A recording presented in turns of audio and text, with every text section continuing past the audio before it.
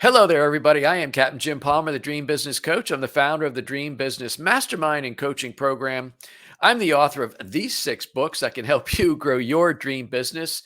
I'm the creator of No Hassle Newsletters, the extraordinary Done For You newsletter marketing program that has served over 1,200 small business owners in 9 countries. But most importantly, today, I'm the host of Dream Business Radio, now in its 10th year. This is episode 531. Wow, how about that? So welcome to a special live edition of Dream Business Radio. My guest is Kamini Wood. Kamini, how are you today? I am doing very well and excited to be here with you. Well, thanks. We first met about a month ago, so it's interesting how, boy, we were just saying how time flies It when you're having flies. fun and having a few holidays in there. That's right. But hey, folks, this episode of Dream Business Radio is brought to you by the Dream Business Mastermind and Coaching Program. If you're an entrepreneur or small business owner who's tired of slow to no growth in your business, if you're feeling overwhelmed, unfocused, and especially if you're interested in creating multiple streams of revenue in your business, then you want to be part of this extraordinary virtual mastermind group led by me, Captain Jim Palmer. Learn more at dreambizcoaching.com, dreambizcoaching.com. All right.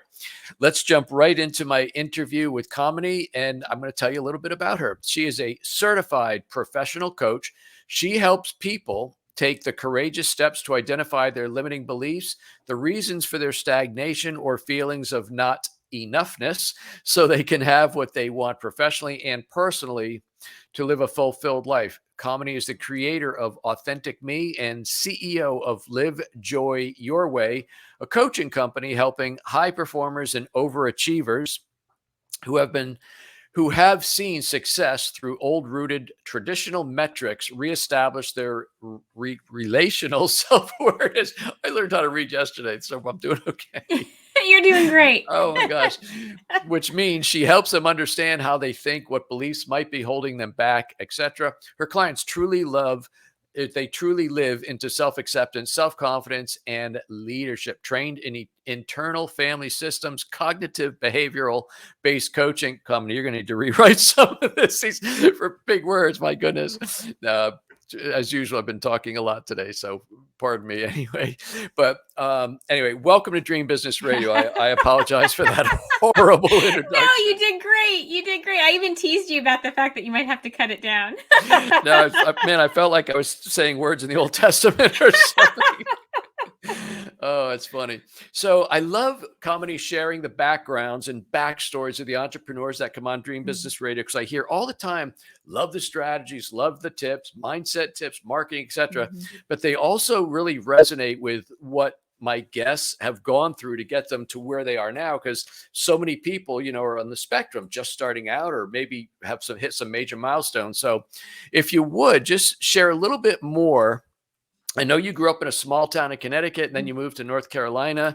You married. You're the mom of 5, so I have no idea how you even started a business at all. But fill in a little bit of your backstory, if you would. Sure. So I actually started off in the .com industry. I was a project manager, and helped build this particular .com business from the ground up. When we moved to North Carolina, my husband had an idea of starting his own law practice.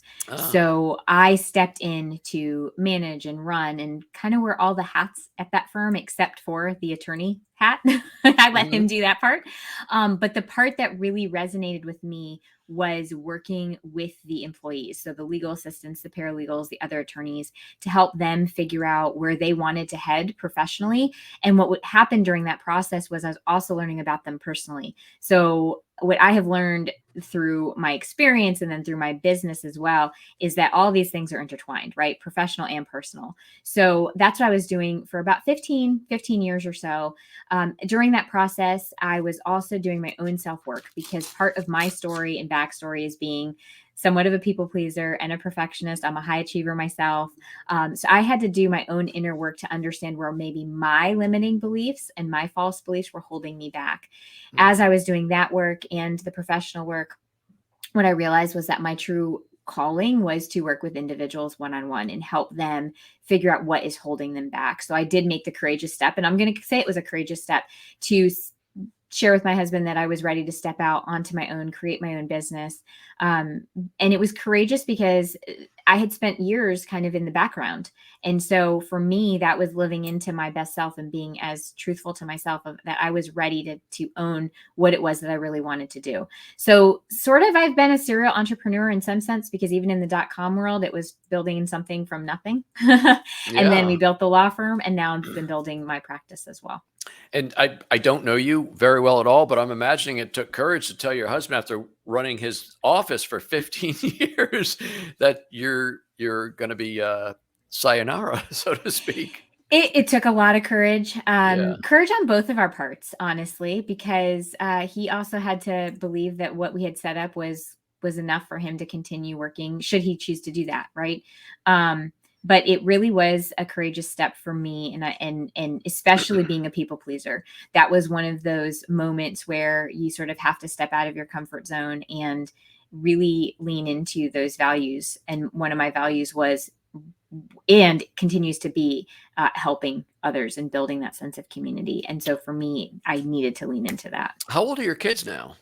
21, 19, 16, 13, and 9. Oh my gosh. So probably a lot like my wife Stephanie and I. People can't believe we have a 40-year-old son, because I'm looking at you and I'm going, wait, you've been working your husband's business 15 years. Are your kids like in daycare or what? So so when you went to work and started helping your husband, and by the way, so was his practice brand new when he's brand new from the wow, ground so up. you kind of went together to start his law firm. Well, just curiosity, how old were your kids back then? I guess they were pretty young, right? They were young, elementary school and younger. Yeah. Wow. So we ended up having our 4th and 5th child while I was at the law firm.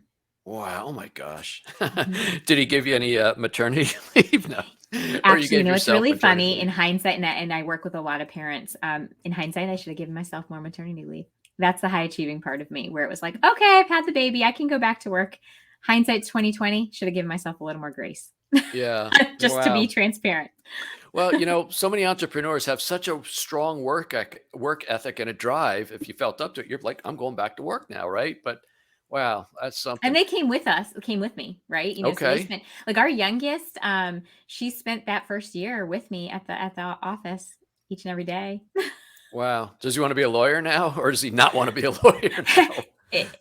To my husband's frustration, none of the kids want to be lawyers. Oh my goodness. So, and where in North Carolina? Did you say like Raleigh, I think? Right outside of Raleigh. Raleigh. Okay, cool. So quick question before I transition to your new, so how's the law practice going? It's going. He's enjoying, he loves the law. And so he's enjoying it tremendously. And, he's at that crossroads for himself too. What's next? Do I continue doing this on my own, or do I potentially work with others? So I think he's figuring it out, which is good. It allows him to really chart his own path.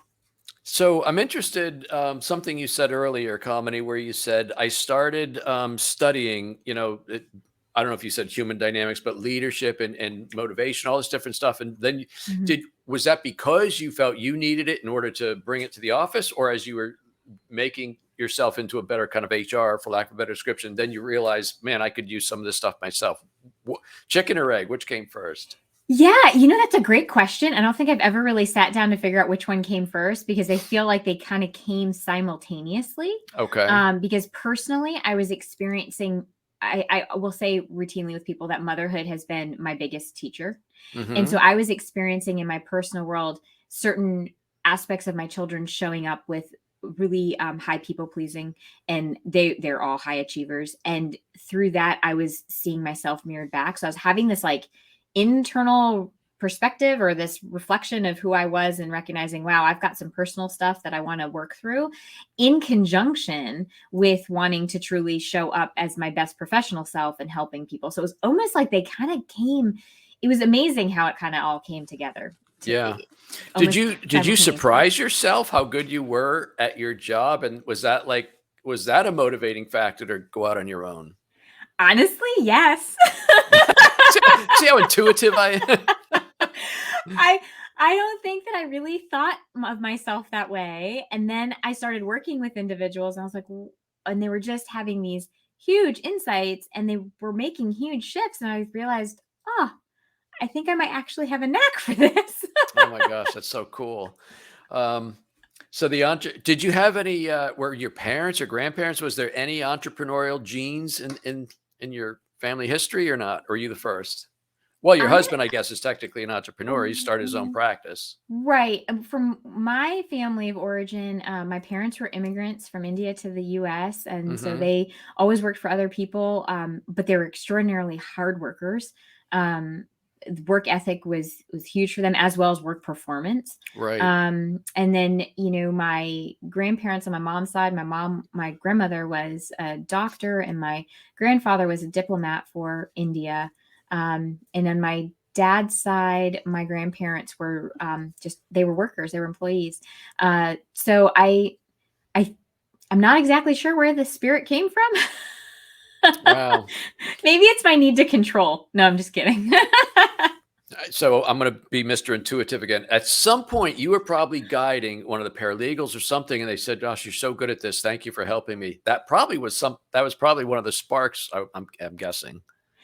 I would say you're dead on with that. I mean, just again, when you work with individuals on such a personal level, and then they're able, not only are you witnessing their insights and their growth, but then they're reflecting that back to you. That was Hmm. a huge boost in my ability to see what I was able to open up for people by me just showing up as me. I didn't have to do anything special. Right. So you're a certified professional coach. I know you got certifications in a lot of different areas. I- what do you say your specialty is? I mean, helping underachievers, identifying, imposter syndrome. Like, is there certain areas that you like to focus on? I love to focus on helping people understand where those false beliefs are holding them back, because I Okay. do work with a lot of high achievers, and a lot of times with high achievers, there are still these false beliefs that are hanging out in the background. That if we can bring them to the surface and bring them to the awareness, then they can take the committed action to shift. I love talking with my clients and working with clients on self compassion, because again, high achievers have a really hard time being compassionate with themselves, and then instead the inner critic takes over. So those are two of the areas that I spend a lot of time with my clients on. So I want to dig deep a little bit on self-compassion, but before I Mhm. go there, um, it's interesting to me that when I talk to folks about mindset, and I do my own mindset with my own coach. If you can't be a coach unless you do know some mindset stuff, but I was always amazed at how the mindset, even when you achieve success, whether you hit your first six figures, maybe you're doing 500,000, maybe you're doing 1 million. My largest client did 34 million, and even those type of clients have some sort of self-sabotage or imposter Yep. syndrome. That was like a huge eye-opener for me when I talked to that person and they're like, "Jim, I don't think this," but I'm like, "Are you kidding me?" Right? So talk about that first. I guess let's talk about the imposter syndrome and how these Mhm. limiting beliefs manifest themselves, because even as you and I talk, we're using terms like high achievers. So it's almost like, Mhm. how is it possible that you're a high achiever yet you have these thoughts?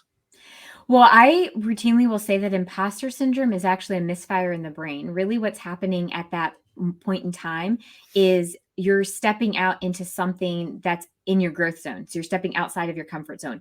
And when that happens, the brain will play those tricks where it gets misfired as, I can't do this. I'm a fraud. I'm not capable of this. When in Mm, fact, it's really you're stepping into that growth zone, and you're stepping into a place of uncertainty. And that's why high achievers do have this, because what you were just saying, somebody could make $34 million and still have that, either I'm going to get found out, I'm not sure that I can yes. continue this, or what they're going to the next level, and then the self doubt creeps in. And it's because when you are continuing to set those goals and move forward, there's going to be this moment that pops in that could get misfired as, I'm not capable of doing this, and instead it's actually just, this is new and I have to commit to an action to move myself forward. So I know it's only a half an hour show, so it's probably unfair of me to ask this, but how do you, when you initially, and again, probably diagnose is the wrong thing, but when you discover somebody has these limiting beliefs, Mhm. what are some of the steps that you initially engage them in? Well, one of the very first things that we always talk about are what somebody's core values are, because I Okay. really truly believe that core values are the guiding light and the guidepost for each of us as individuals.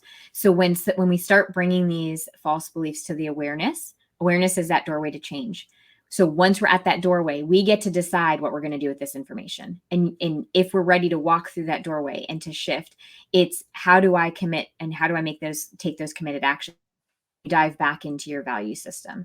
So we can say, we can recognize maybe a false belief of I'm not good enough. We notice it, we allow the thought to be there, but then from the place of present day, using mindfulness techniques and saying, I'm in this moment here and now, I'm going to connect with myself. And these are my values. What would be meaningful for me to continue to move myself forward? And I think you sort of alluded to this before we even went live about sometimes you have to continue to take the action. You have to continue to step forward. If those steps are aligned with your value system, it's going to be meaningful. And so you're going to continue moving forward on your journey. So you say core values, and to me, I think, well, not to use nautical language because that's who I am, but that's like the anchor, right? Your core values are the Yes. anchor. Yes. And so Yes. when people feel like they're going astray or Yep.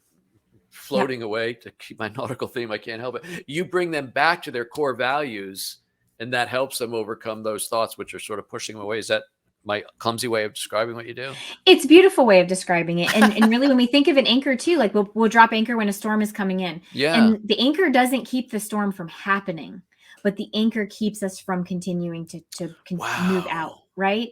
And that's really what we're doing there. I might have to steal that for my next book. That's pretty brilliant. Okay, so what is self-compassion, and how does it help somebody become a high achiever or become a higher achiever? Higher achiever. So self-compassion, Kristen Neff is the lead researcher on self-compassion. There's three elements to it. It's kindness over kindness over judgment, right? That's number Hmm. one. The second pillar, of course, is common humanity. And the third is mindfulness. So let's just take that first one. When something doesn't go the way that we expect it to go, it's leaning into kindness. How can I learn from this? How can I grow from this? What can I take away from this experience versus judgment of self? And that's really important because when we judge ourselves, we are putting ourselves in a box and there's nowhere else to go, versus when we ask and get curious and say, how can I learn from this, or how can I grow through this experience? Now we're opening ourselves up to what's possible. We can take that information and move forward.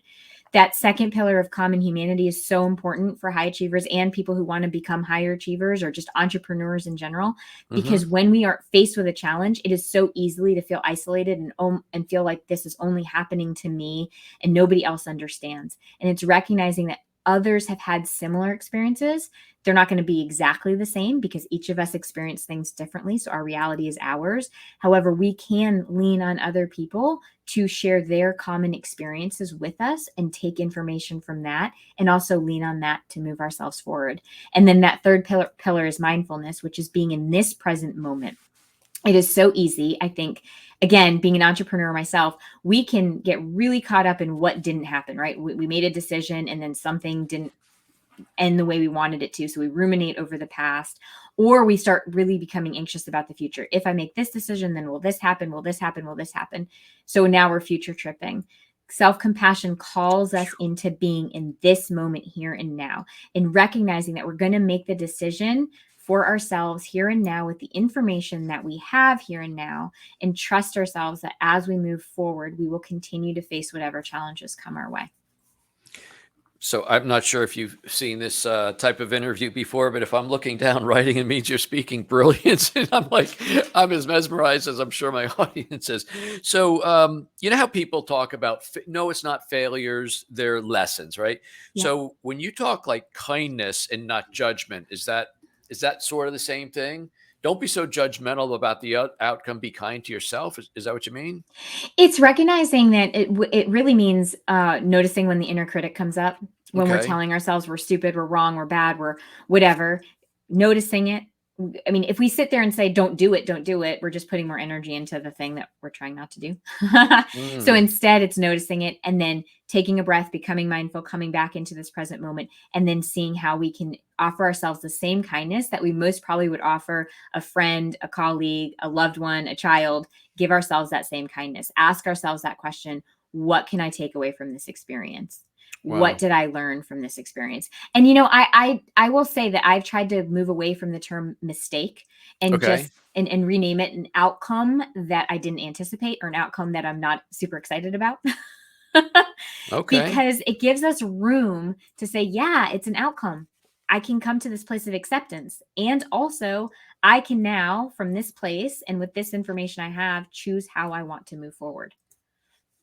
So, I mean, in a way, what we're doing is we're sort of tricking the brain, right? The normal tape that's playing up there. Well, probably not a tape today. It would be, well, it wouldn't even be a CD. I don't know what it is today, but It'd it's be trick. some I streaming, got a lot of white in my right, face, so it's probably right. the 45 that's playing up there, right?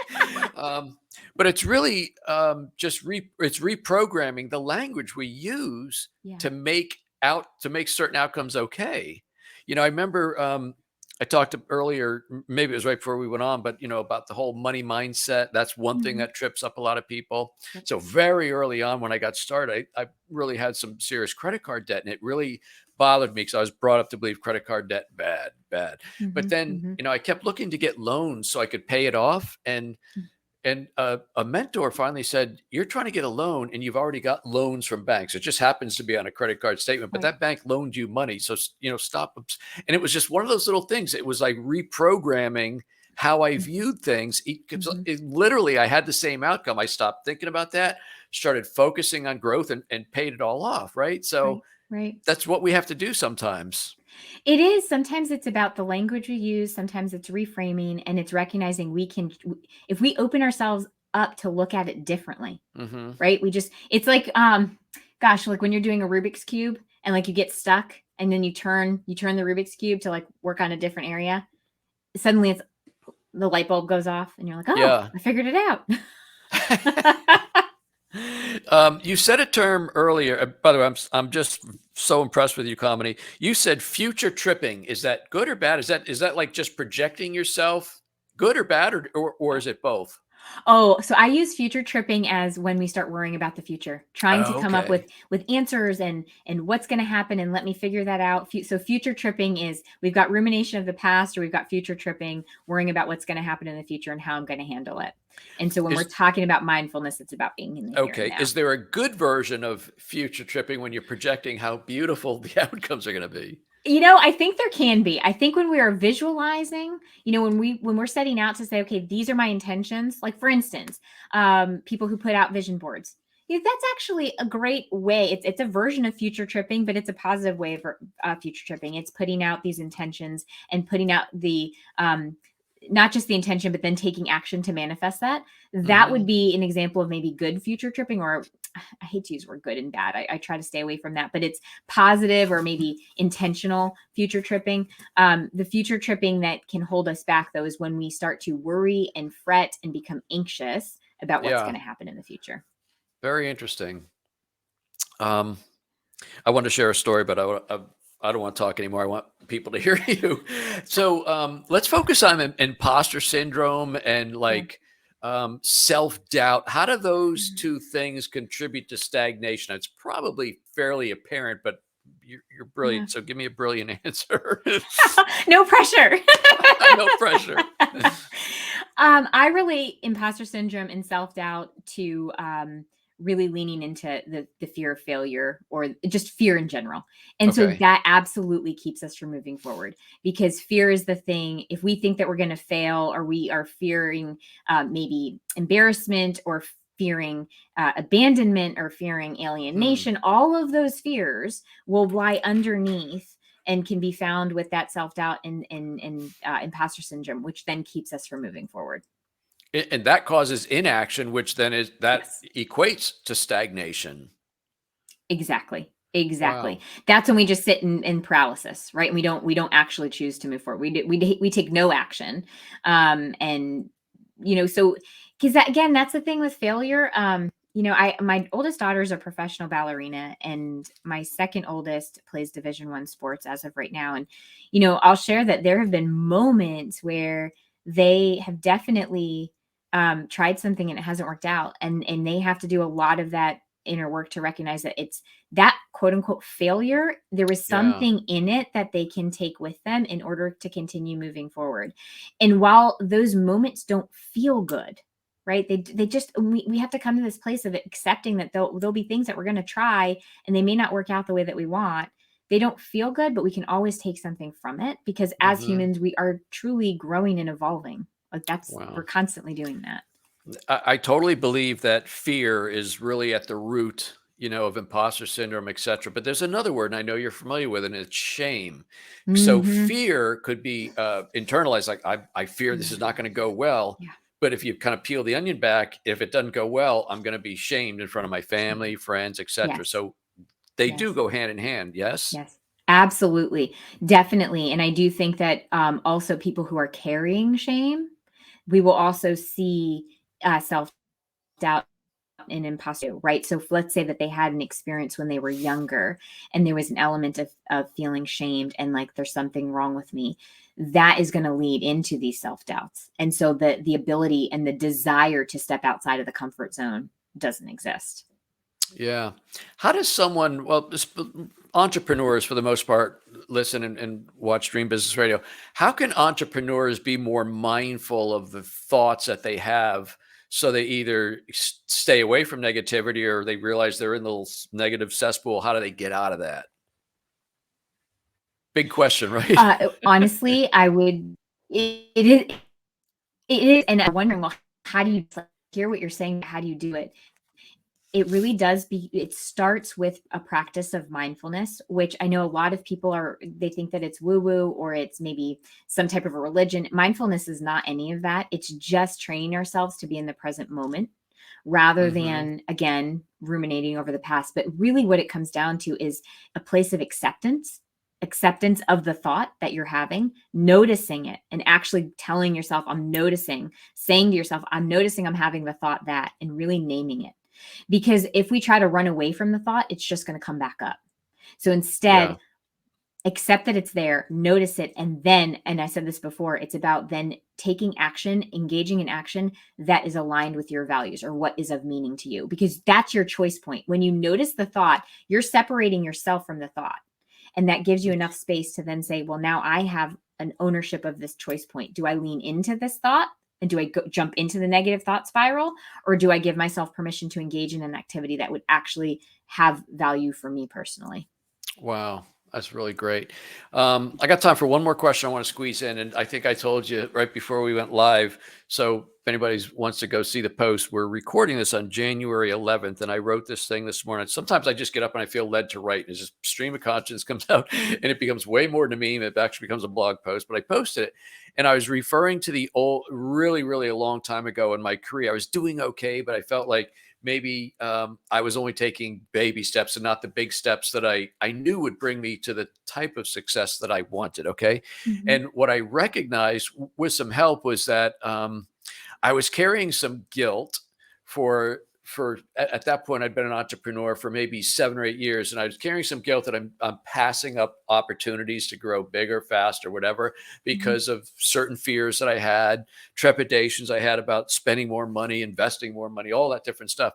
Mm-hmm. And I realized that I had to forgive myself because I shared with you that I saw this video and it said so many people when they get to the end days of their life, they look back with regret for the things they not the things they did, but the things they didn't do. And he Mm-hmm. said, from this day on, you can't change the past, but from this day on, you can create a new future. And that to me was like, oh, so I can't, so just forgive that. And now Mm-hmm. let's go boldly. So it's a very long question, I know, but how does somebody release themselves from either guilt or, feelings of remorse, I guess, for not playing as a big a game as you could? Well, a couple things. One is part of it is recognizing that we're if we don't release and we stay attached to what happened in the past, we are actually again putting ourselves in this box. We are attached to something that already happened and we can't undo it. Mm. And so that's part of it. The other part of it is coming to a place. Guilt is I've done something wrong. So go ahead and make amends to yourself and say, yeah, you know what? I made certain choices in the past that maybe today, with today's information, maybe I'd make a different choice. But at that time, I didn't have that information. So I did the best I could. And now Yeah. I'm here. I'm here. And what do I choose to do for myself today? And then tomorrow, give myself permission to make tomorrow's choice tomorrow, and one step in front of the other. Because the truth is, we can't go undo the past, but we really have the here and now and how we choose to show up Mm. for ourselves here. So that was obviously in my business life, but in my personal life, I related it to, in my own faith journey. I heard that years ago. I heard that forgiveness is more for you than it is for the person you're forgiving, and Hmm. and that's when that came full circle for Yeah. me. Right? It Yeah. was just like I got Yep. to forgive myself Yes. for. I won't Yes. say what I called myself in my own mind for being, a wuss or whatever. And I'm going to start playing that bigger game now. And it was very relieving, and it was actually a turning point for me. I fully believe that forgiveness of self is where it's where it's at, right? I mean, yes, we can forgive others, but truly at the end of the day, that really is for ourselves. And so forgiving ourselves, recognizing, naming what we perceive we might have done wrong, what we learned from the situation, again, an element of self-compassion, and working Yeah. through that, we open ourselves up to then continue to move forward. I knew I was going to love this interview. Comedy, thank you so much. I would love to get you back, maybe in a couple months or so. I feel like we've just scratched the surface, and you truly are brilliant at the whole mindset stuff. So thank you Thank so you. much. I appreciate that. Now, so I'm going to ask you to share your contact information. You do have a great website. I was looking at your blog, which is one of the first places I go to do research when I'm going to interview someone. But before you do that, I'm going to ask my readers and listeners, if you're watching this on YouTube, or if you're watching this on Facebook or LinkedIn, wherever you're watching or listening to it on my blog in about a month's time, my podcast in a month's time, please share a comment and give Kamini some virtual praise, because it was a fantastic interview. Okay, now how would you like people to connect with you? My website, kaminiwood.com. And then I'm also on Facebook, Instagram, and Pinterest with the handle It's Authentic Me. And Kamini is Kamini, and Wood is Wood. So that's pretty easy. What a fantastic guest. Thank you so much for being my guest, Kamini. Thank you so much for having me.